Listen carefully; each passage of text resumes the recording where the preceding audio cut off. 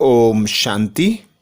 आज दिनांक 14 मई 2022 बाबा ने महावाक्य में हम बच्चों को जो शिक्षाएं दी उनका मनन करेंगे।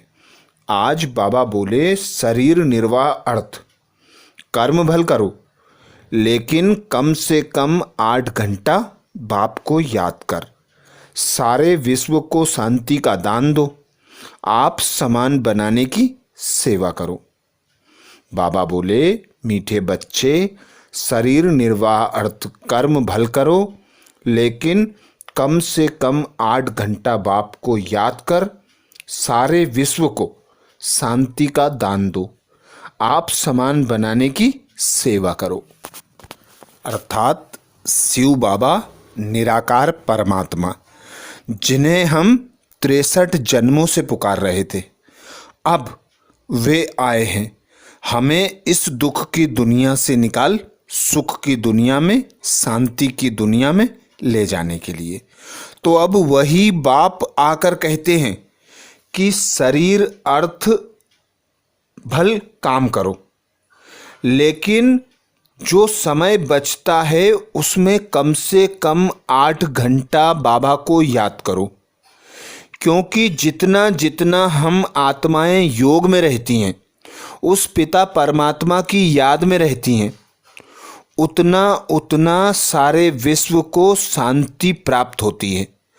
अर्थात हम बच्चे ब्राह्मण कुलभूषण बनते हैं, उस पिता परमात्मा को याद करते हैं, वही याद से हमें भी सुख शांति का वर्षा मिलता है और साथ साथ सारे विश्व को शांति का दान प्राप्त होता है। तो ऐसे ही बाबा कहते, अब तुम बच्चे आप समान बनाने की सेवा करो, बाबा को याद करो, शांति का दान सारे विश्व को दो। तो बाबा कहते, जहाँ भी जाओ कोशिश करके मुझे याद करो, जितना जितना तुम याद करते हो गोया शांति का दान सारी सृष्टि को देते हो। योग से शांति का दान देना कोई डिफिकल्ट काम नहीं। बाबा कहते, कभी कभी तुम बच्चों को योग में बिठाया जाता है, क्योंकि संगठन का बल इकट्ठा हो जाता है।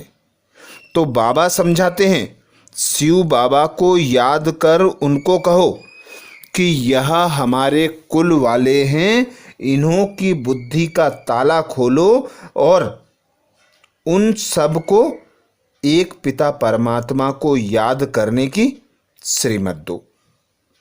तो बाबा हम बच्चों के साथ मददगार बनेंगे, हम बच्चों की सेवा आगे बढ़ेगी, जिसके लिए बाबा कहते, बाबा से रिक्वेस्ट करो कि बाबा यह हमारे कुल के हैं, इनकी बुद्धि का ताला खोलो, यह भी हमारे भाई बहन हैं।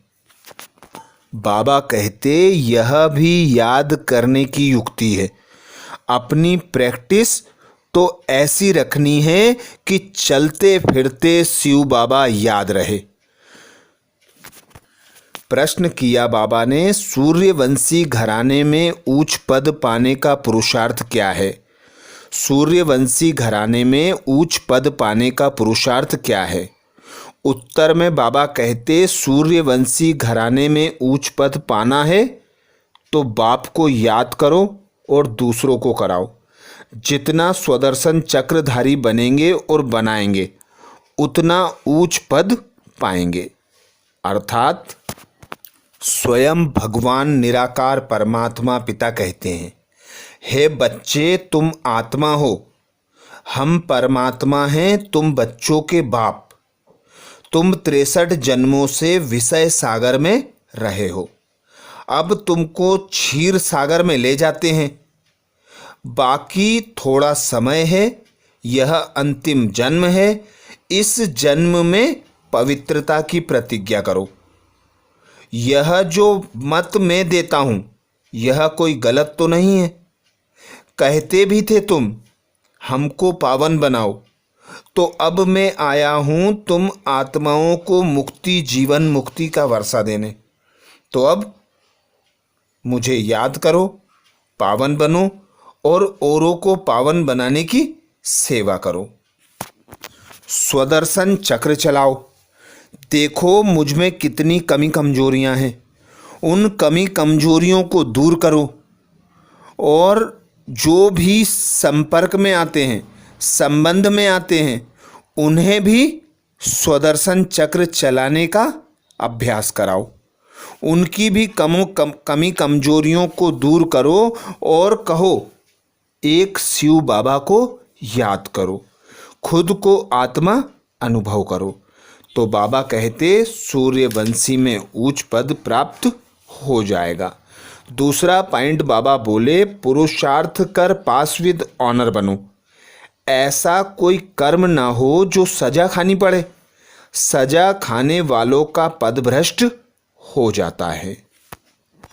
अर्थात बाबा समझाते बच्चे देखो पुरानी दुनिया में भाई भाई आपस में लड़ पड़ते हैं थोड़ी सी बात में।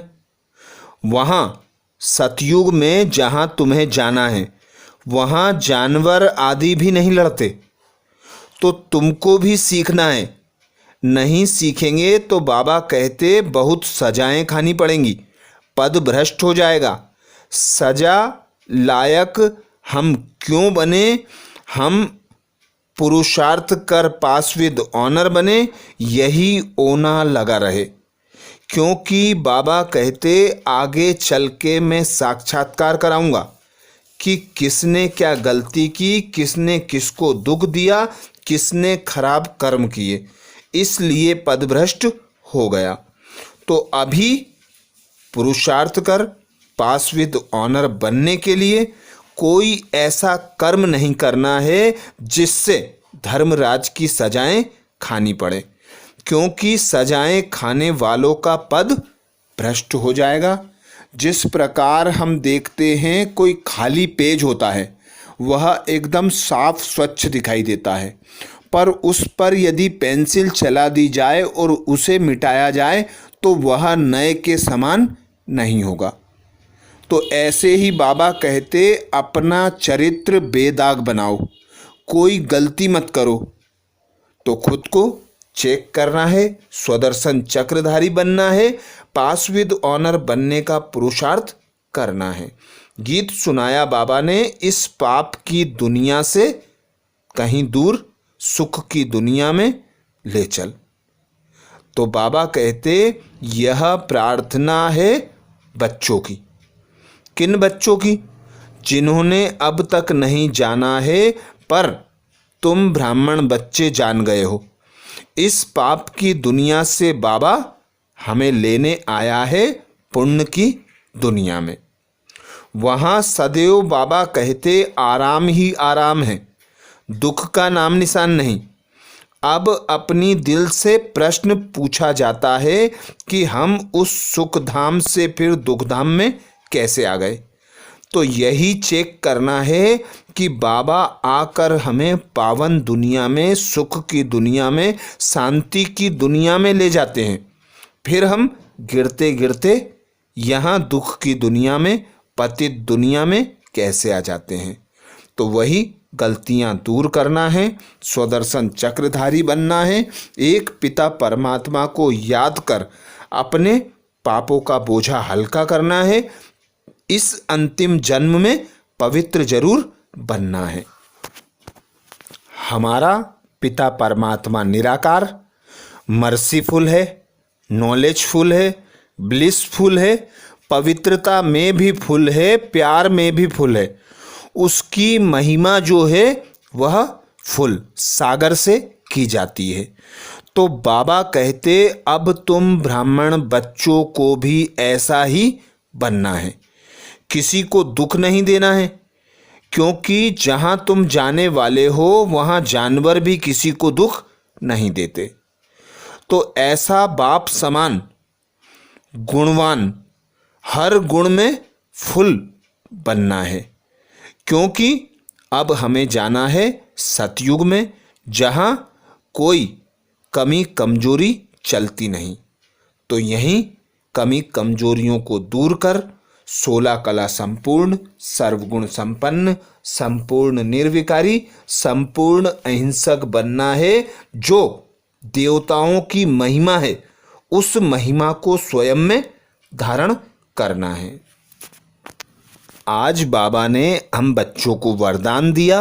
वरदान में बाबा बोले, ज्ञान के राजों को समझ, सदा अचल रहने वाले निश्चय बुद्धि, विघ्न विनाशक भव। ज्ञान के राजों को समझ, सदा अचल रहने वाले निश्चय बुद्धि, विघ्न विनाशक भव। डिटेल में बाबा बोले, विघ्न विनाशक स्थिति में स्थित रहने से कितना भी बड़ा विघ्न खेल अनुभव होता है। खेल समझने के कारण विघ्नों से कभी घबराएंगे नहीं, लेकिन खुशी खुशी से विजयी बनेंगे और डबल लाइट रहेंगे। अर्थात बाबा ने आकर हम बच्चों को सृष्टि के आदि मध्य अंत की नॉलेज दे दी है कि क्या होता है, क्यों होता है और कैसे होता है। तो अब हम बच्चों को यह स्मृति रखना है कि ड्रामा में जो भी सीन आता है वह सब कल्याणकारी है। जो भी आत्माएं पार्ट बजाती हैं, अपना एक्यूरेट पार्ट बजाती हैं। तो कोई भी घटना हो, कोई भी परिस्थिति, अर्थात कोई भी आत्मा का हमारे साथ व्यवहार हो, किसी भी व्यवहार को, किसी भी परिस्थिति को देखकर हमारी स्थिति हिले ना। हम अचल अडोल रहकर निश्चय बुद्धि होकर उस पर विजय प्राप्त करें, जिसके लिए बाबा ने हमें वरदान दे दिया, विजयी भव, अमर भव। तो ऐसी कोई परिस्थिति हो नहीं सकती जो हमें हिला दे। तो बाबा कहते, ड्रामा के हर सीन को साक्षी होकर देखो, क्योंकि जब कोई खेल देखते हैं तो उस खेल का प्रभाव हम पर नहीं पड़ता। और बाबा ने हमें वरदान दे दिया, विजयी भव। तो कैसी भी परिस्थिति हो, कैसी भी आत्मा का हमारे साथ व्यवहार हो, हमें बाबा की श्रीमत पर चलकर निश्चय बुद्धि होकर अचल अडोल रहना है। तो बाबा कहते, हल्के रहोगे, डबल लाइट रहोगे, खुशी के झूले में झूलते रहोगे। आगे बाबा बोले, ड्रामा के ज्ञान की स्मृति से हर विघ्न नथिंग न्यू लगता है। नई बात नहीं लगेगी, बहुत पुरानी बात है। अनेक प्रकार विजयी बने हैं, ऐसे ही निश्चय बुद्धि ज्ञान के राजों को समझने वाले बच्चों का ही यादगार अचल घर है। तो बाबा हम बच्चों को अभी विशेष पॉइंट पर पुरुषार्थ भी करा रहे हैं। निर्भयता की शक्ति को धारण कर अचल अडोल बनो। तो निर्भयता जितनी हम में आएगी कि कोई भी घटना घटित हो रही है, नथिंग न्यू है, नई बात नहीं है, कल्प कल्प होती आई है, अनेक बार हुई है और हम उन पर विजय प्राप्त किए हैं। तो ऐसे निश्चय बुद्धि बनना है, क्योंकि स्वयं भगवान निराकार हमें कहते हैं कि तुम अनेक बार विजयी बने हो। तो बाबा जो ज्ञान सुनाते हैं उनके राज को समझकर उन पर निश्चय बुद्धि बनकर अचल अडोल रहना है, खुशी के झूले में झूलना है, कोई भी बोझ अपने सिर नहीं लेना है, सदा उस एक पिता परमात्मा की याद की लगन में मगन रहकर हर कर्म करना है, हर परिस्थिति को पार करना है। तो बाबा हम बच्चों से यही आशा करते कि सदा खुद को निश्चय बुद्धि बनाकर विघ्न विनाशक की सीट पर सेट होकर हर सीन को साक्षी होकर देखो। स्लोगन में बाबा बोले, दृढ़ता की शक्ति साथ हो तो सफलता गले का हार बन जाएगी। दृढ़ता की शक्ति साथ हो तो सफलता गले का हार बन जाएगी। बाबा कहते, संकल्पों के तूफान आना अर्थात व्यर्थ में मन और बुद्धि उलझ जाना, समय तथा शक्तियों का नाश होना। तो जितना जितना तुम कम संकल्प करोगे, दृढ़ संकल्प करोगे, जो संकल्प करोगे वही बोलोगे, वही कर्म करोगे तो सफलता अवश्य प्राप्त होगी। आज बाबा ने मातेश्वरी जी के अनमोल महावाक्य रखे, जिसमें मातेश्वरी जी बोली, हम जो भी अच्छे बुरे कर्म करते हैं उसका फल अवश्य मिलता है। जैसे कोई दान पुण्य करते हैं, यज्ञ हवन करते हैं, पूजा पाठ करते हैं, तो वह समझते हैं कि हमने ईश्वर अर्थ जो भी दान किया वो परमात्मा के दरबार में दाखिल हो जाता है। जब हम मरेंगे तो वो फल अवश्य मिलेगा और हमारी मुक्ति हो जाएगी। परंतु यह तो जान चुके हैं कि इस करने से कोई सदा काल के लिए फायदा नहीं होता है। यह तो जैसे कर्म हम करेंगे उससे अल्पकाल क्षणभंगुर सुख की प्राप्ति अवश्य होगी, मगर जब तक यह प्रैक्टिकल जीवन सदा सुखी नहीं बनी है तब तक उसका रिटर्न नहीं मिल सकता। भल हम किससे भी पूछेंगे, यह जो भी तुम करते आए हो वह करने से तुम्हें पूरा लाभ मिला है, तो उसके पास इसका कोई जवाब नहीं होगा। अब परमात्मा के पास दाखिल हुआ या नहीं हुआ वो हमें क्या मालूम। जब तक अपनी प्रैक्टिकल जीवन में कर्म श्रेष्ठ नहीं बने हैं तब तक कितनी भी मेहनत करेंगे तो भी जीवन मुक्ति प्राप्त नहीं होगी। अच्छा, दान पुण्य किया लेकिन उस करने से कोई भी विकर्म तो भस्म हुए नहीं, फिर जीवन मुक्ति कैसे प्राप्त होगी। भले इतने संत महात्माएं हैं, जब तक उन्हों को कर्मों की नॉलेज नहीं है तब तक वे कर्म अकर्म नहीं हो सकते, ना वह जीवन मुक्ति को प्राप्त करेंगे। इन्हों को भी यह मालूम नहीं है कि सत्य धर्म क्या है और सत्य कर्म क्या है। सिर्फ मुख से राम राम कहना, इससे कोई मुक्ति नहीं होगी। बाकी ऐसे समझ बैठना कि मरने के बाद हमारी मुक्ति होगी। इन्हों को यह पता ही नहीं कि मरने के बाद क्या फ़ायदा मिलेगा, कुछ भी नहीं। बाकी तो मनुष्य अपने जीवन में चाहे बुरे कर्म करें चाहे अच्छे कर्म करें, वो भी इस जीवन में भोगना है। अब यह सारी नॉलेज हमें परमात्मा टीचर द्वारा मिल रही है कि कैसे शुद्ध कर्म करके अपनी प्रैक्टिकल जीवन बनानी है। अच्छा, ये थे मम्मा के महावाक्य। ओम शांति।